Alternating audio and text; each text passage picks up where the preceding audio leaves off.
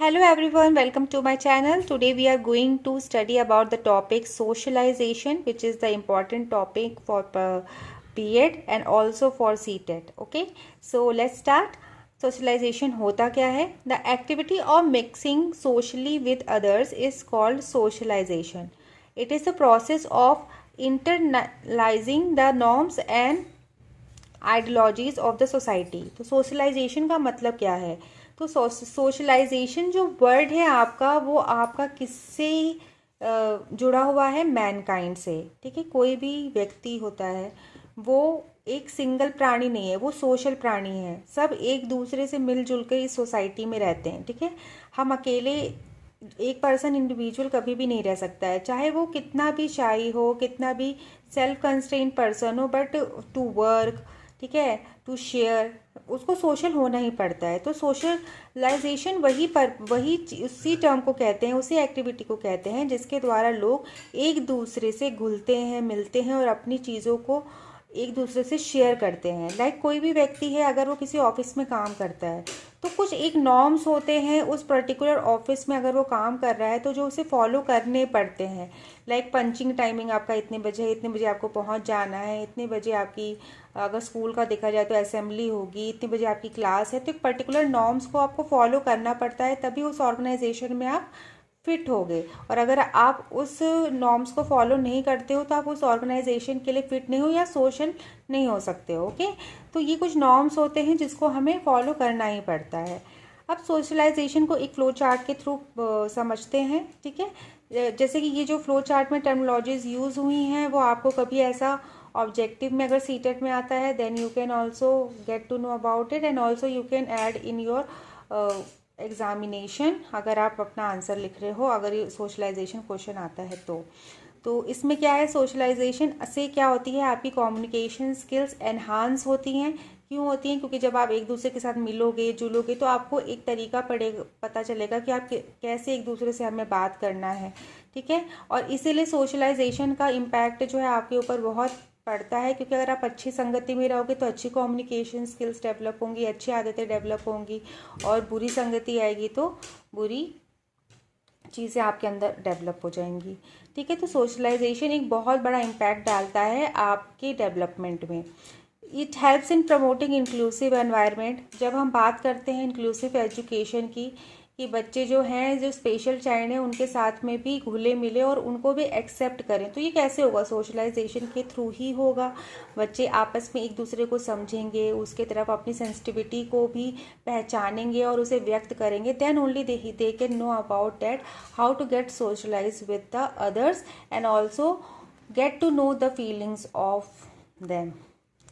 Acceptance for multicultural environment. जब हम किसी भी सोसाइटी में रहते हैं, हम इस तरीके से समझते हैं कि अगर आप अपने गली मोहल्ले में रहते हो, ठीक है, आप वहाँ पे हर कल्चर के लोग रहते हैं, तो हम क्या करते हैं, कभी कभी उनके कल्चर को देखते हैं, उसमें पार्टिसिपेट करते हैं, तो उस कल्चर के बारे में भी हमको पता चलता है इन द सेम वे, और हम वो सेलिब्रेट करके बहुत इन्जॉय भी करते हैं। लाइक जैसे आप किसी सोसाइटी में हो, वहाँ पे कोई क्रिश्चियन रहता है, तो जब आप उनको देखते हो कि अरे वो तो क्रिश्चियनिटी को बहुत अच्छे तरीके से कर रहे हैं, क्रिसमस आ रहा है तो उसे मना रहे हैं, उसमें आप जा रहे हो, उसे आप सेलिब्रेट कर रहे हो, तो ये आपको उनके कल्चर के बारे में भी पता चलेगा। इन द सेम वे कुछ लोग ऐसे हैं जो भगवत गीता पढ़ते हैं और कृष्ण जी को मानते हैं, कृष्ण जी के भागवत सुनते हैं, देन आप उनके उसमें जा रहे हो तो आप उससे भी रिलेट कर पाते हो, उस चीज़ को भी आप अपने अंदर उतारने की कोशिश करते हो।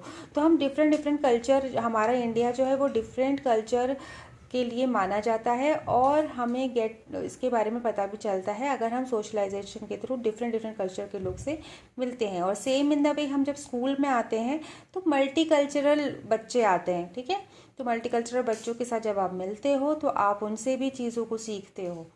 फिर हेल्प्स इन कोऑपरेटिव लर्निंग। फिर जब हम एक दूसरे के साथ में रहेंगे तो एक कोऑपरेशन की भावना आएगी, और हम कोऑपरेटिव लर्निंग को भी ये प्रमोट करता है। अब हमारे मेन गोल्स ऑफ सोशलाइजेशन क्या होते हैं?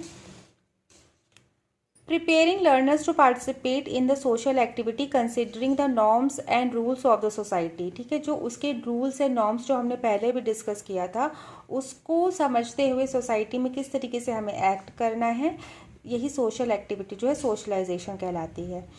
In the same way, developing the life skills like empathy, peace, honesty, love, care, etc., while performing the daily routine and in implementing it in their individual roles at workplace, or we can say that performing social roles. मतलब हम जब social roles को perform करते हैं जो भी, तो उसमें हम किस तरीके से, मतलब कोई भी, अगर हम अपने फैमिली के साथ में रह रहे हैं, हम कोई टीम वर्क कर रहे हैं, हम लीडर हैं, हम बच्चों के साथ में हैं, तो किस तरीके से हमें बिहेव करना है पीसफुली, ऑनेस्टली, लाइफ स्किल्स के थ्रू, तो ये चीज़ भी बहुत इम्पॉर्टेंट है।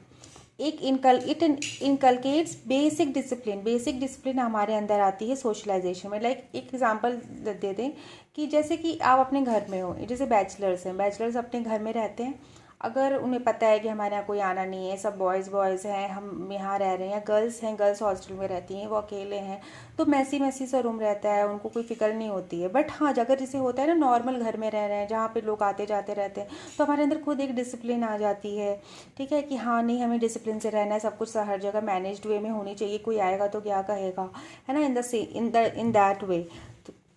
Socialization is a continuous process while adds values, culture, norms in human through out the life. तो ये क्या है, एक लाइफ है, आप एक जगह रहते हो, वहाँ से कुछ चीज़ें आपने सीखी, मे भी हो सकता है कि आपका ट्रांसफ़र हो गया, किसी और जगह चले गए, तो वहाँ पे आप जाते हो, वहाँ पे आप किसी और लोगों से मिलते हो और उनसे कुछ चीज़ों को सीखते हो। तो ये एक लाइफ लॉन्ग प्रोसेस है, जैसे जैसे नई नई चीज़ें आती रहती हैं, एसिमिलेट होती हैं, तो आप उस चीज़ को हम अकोमोडेट करते जाते हैं। फिर उसके बाद आता है socialization takes place formally informally. Socialization कभी हम जैसे स्कूल में जाते हैं तो एक फॉर्मल वे में सीखते हैं, इनफॉर्मली अपने पेरेंट्स के साथ में, अपने पीयर्स के साथ भी हम सीखते रहते हैं।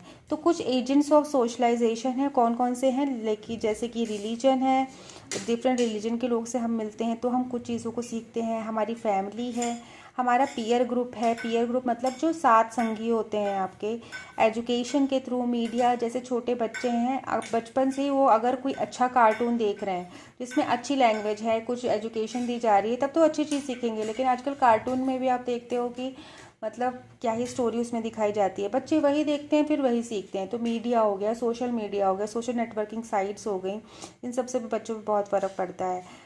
फिर उसके बाद एथनिक बैकग्राउंड्स, यानी कि हमारे घर में कैसे बिलीव्स हैं, वही बिलीव्स आपके अंदर भी आते हैं, ठीक है, वैल्यूज़, कस्टम्स, ठीक है। फिर उसके बाद वर्क और सोशल ग्रुप्स। तो सोशल ग्रुप्स, कैसे सोशल ग्रुप में आप उठ रहे हो, बैठ रहे हो, उसका भी बहुत फ़र्क पड़ता है। वर्किंग एनवायरनमेंट कैसा है, उस चीज़ का भी फ़र्क पड़ता है। बात आती है टाइप्स ऑफ सोशलाइजेशन के बारे में। तो प्राइमरी सोशलाइजेशन है एंड सेकेंडरी सोशलाइजेशन है। प्राइमरी सोशलाइजेशन वो होता है जो अर्ली पीरियड में डेवलप होता है लर्नर के, जब वो खुद अपने एक्सपीरियंसेस से और इंटरेक्शन से सीखते हैं। इसका एक एग्जांपल हम इस तरीके से ले सकते हैं लैंग्वेज डेवलपमेंट के थ्रू, जैसे कि फॉरेन में जो बच्चे होते हैं वो, उनको इंग्लिश सिखाई नहीं जाती है, या बंगाल में जो बच्चे होते हैं ना, बंगाली सिखाई नहीं जाती है, वो अपने घर में ही, जैसे ही वो बड़े होते हैं, अपने मम्मी पापा के थ्रू, जो उनके आस पड़ोस हैं, उनसे सुन के वो चीज़ों को सीख लेते हैं। इन द सेम वे कोई बंगाल का है पर्सन और वो बंगाल को बिलोंग करता है, लेकिन उसकी अपब्रिंगिंग जो हुई वो यूपी में हुई, तो उसे बंगाली बोलने में भी डिफ़िकल्टी आती है। मतलब वो बोल लेगा, समझ लेगा, बट उतना फ्लुएंट नहीं होगा। क्यों? क्योंकि उसका माहौल उसको वो मिला, ठीक है। अब बंगाल होगा तो बंगालीज़ के स्कूल में क्या बंगालीज़ को प्रेफरेंस दी जाएगी, वहाँ पे बहुत सारे बच्चे होंगे जो उसमें कम्युनिकेशन कर रहे होंगे, ठीक है। तो इसका बहुत फ़र्क पड़ता है। तो इसके कुछ एग्जांपल्स हैं, जैसे कि family, day care, schools, peer groups और मीडिया, ठीक है। फिर सेकेंडरी सोशलाइजेशन वो होता है जब आप अपनी फैमिली से हटकर जब बाहर निकलते हो और वहाँ पे जब आप डिफरेंट सिचुएशंस को एनकाउंटर करते हो और उससे कुछ चीज़ों को सीखते हो, जो मोरल वैल्यूज़ आपके अंदर आती हैं, जो बिहेवियर में चीज़ें आती हैं, जो आप अपने कम्युनिटी से सीखते हो, तो वो आपके सेकेंडरी सोशलाइजेशन में आती हैं। जैसे कि टीचर्स हो गए, एजुकेशन हो गया, ठीक है, पीयर्स हो गए और फ्रेंड्स हो गए, ये सारी चीज़ें इसमें आती हैं। So I hope you like this video. Like, share, subscribe. Thanks for watching and do like the video and subscribe the channel.